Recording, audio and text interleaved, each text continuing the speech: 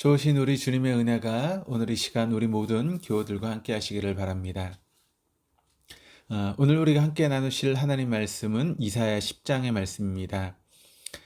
오늘 본문인 이사야 10장은 크게 세 부분으로 나눌 수 있게 되는데 첫 번째 부분이 1절에서 4절까지의 말씀입니다.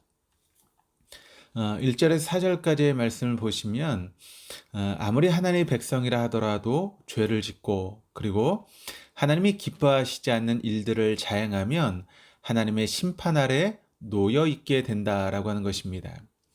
하나님이 기뻐하시지 않는 일은 무엇일까요?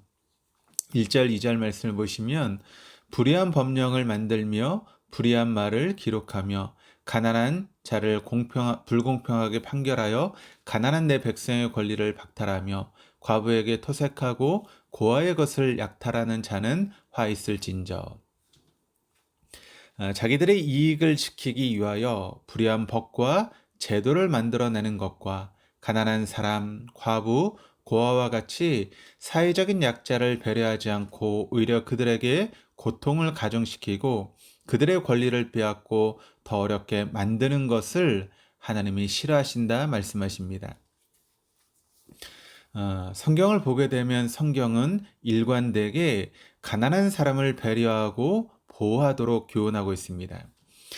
그리스도인이라면 사회적으로 어렵고 힘든 사람들을 돕는 일에 힘써야 할 것입니다. 당시 유다 국가는 단지 약자들을 괴롭히는 일뿐만 아니라 사회적으로 광범위하게 불의와 제약이 만연하였습니다. 우상 숭배와 타락도 극에 달했습니다. 참다 못한 하나님께서 진노하셨고 그것은 국가적인 재앙으로 나타났습니다. 타락한 국가와 백성을 심판하기 위하여 하나님은 가장 강대국이었던 잔인한 정복자 아수르를 동원하셨습니다.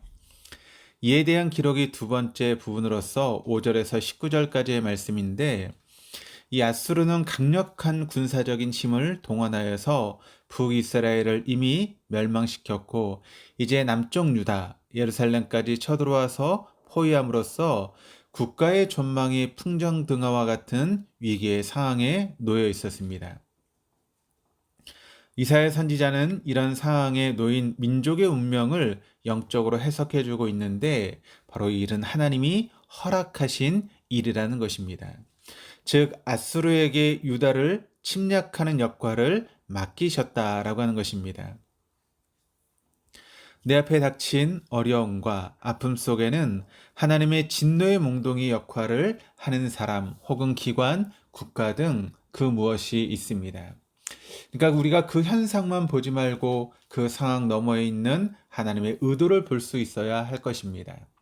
그 원인과 하나님의 의중 그리고 어디서 시작되었는지를 살펴야 하겠습니다.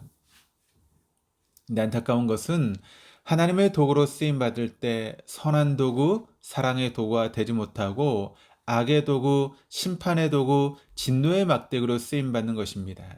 결국 스스로 괴롭고 험한 인생을 살며 남을 괴롭히다가 결국에는 버림받게 되고 마는 것입니다. 아수르의 사내립은 악의 도구로 쓰이고 말았습니다. 그래서 우리가 더욱 주의하고 축복의 통로요 주님께 사용하시는 의의 도구가 되기를 위해서 우리는 기도해야 될 줄 믿습니다. 심판의 몽둥이로 선택된 아수르의 왕 사내립은 그가 하나님의 일을 수행하면서 교만하고 오만방자에 행했습니다. 11절 12절 말씀을 보시면 내가 사마리아와 그의 우상들에게 행한 같이 예루살렘과 그의 우상들에게 행하지 못하겠느냐 하는도다. 그러므로 주께서 주의 일을 시온산과 예루살렘에 다 행하신 후에 아수르 왕의 완악한 마음의 열매와 높은 눈의 자랑을 벌하시리라.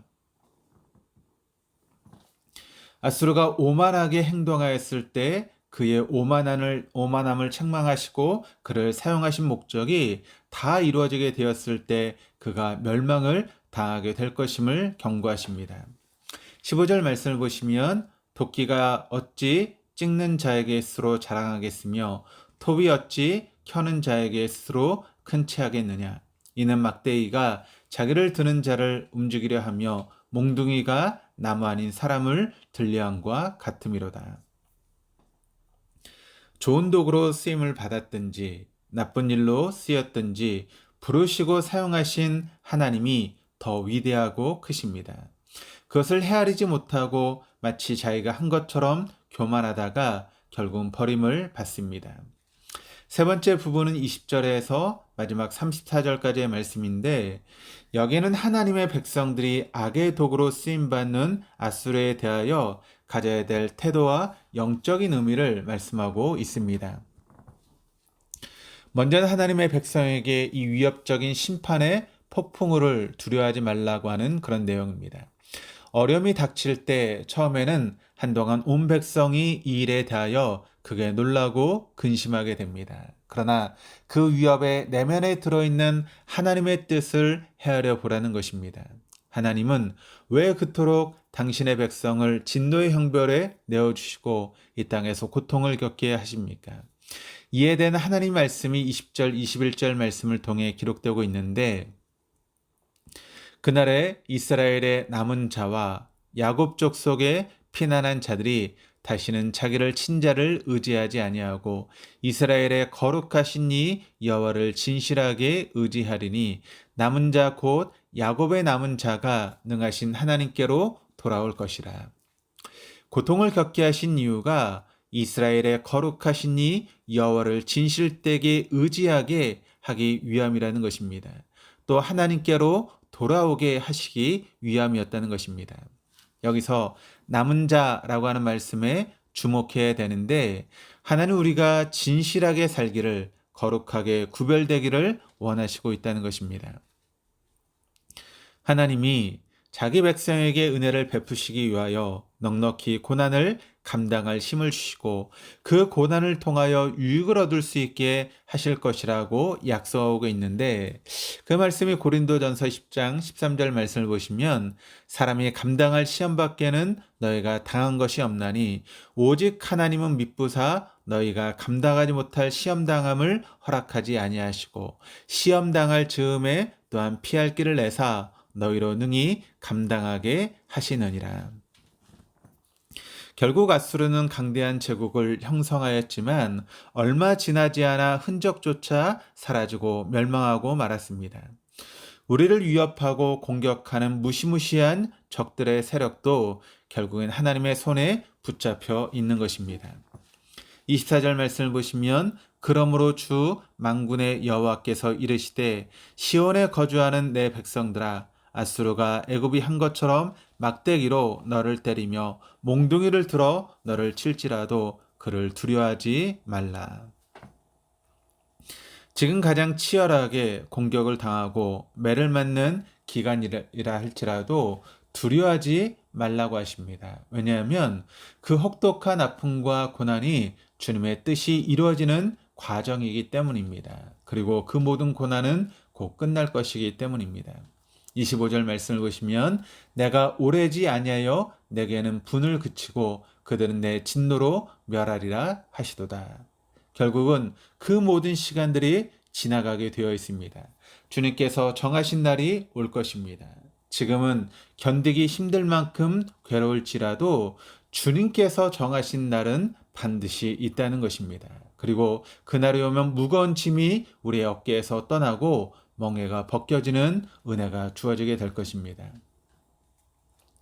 죄를 짓고 하나님이 기뻐하시 않는 일들을 계속 자행하면 하나님의 심판 아래 놓입니다. 무거운 진노의 채찍과 막대기 앞에 곤란을 겪습니다.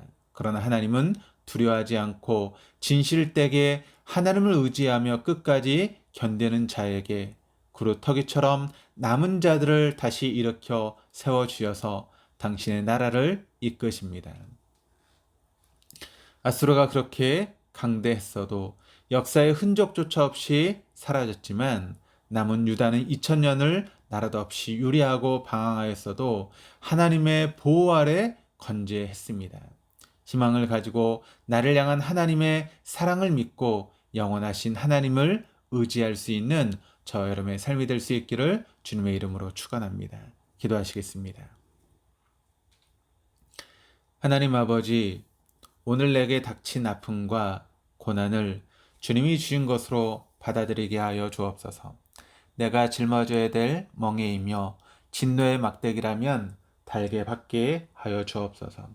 그러나 말씀대로 오래지 아니하여 주님의 날에 그 멍에를 벗겨 주시며 무거운 짐이 우리 어깨에서 떠나게 하여 주옵소서. 주께서 정하신 때 남은 자로 진실되게 하나님을 의뢰하게 하시고 영원한 생명과 구원의 기쁨을 누리며 살아갈 수 있도록 인도하여 주옵소서. 감사드리며 예수 그리스도 이름으로 기도드립니다. 아멘.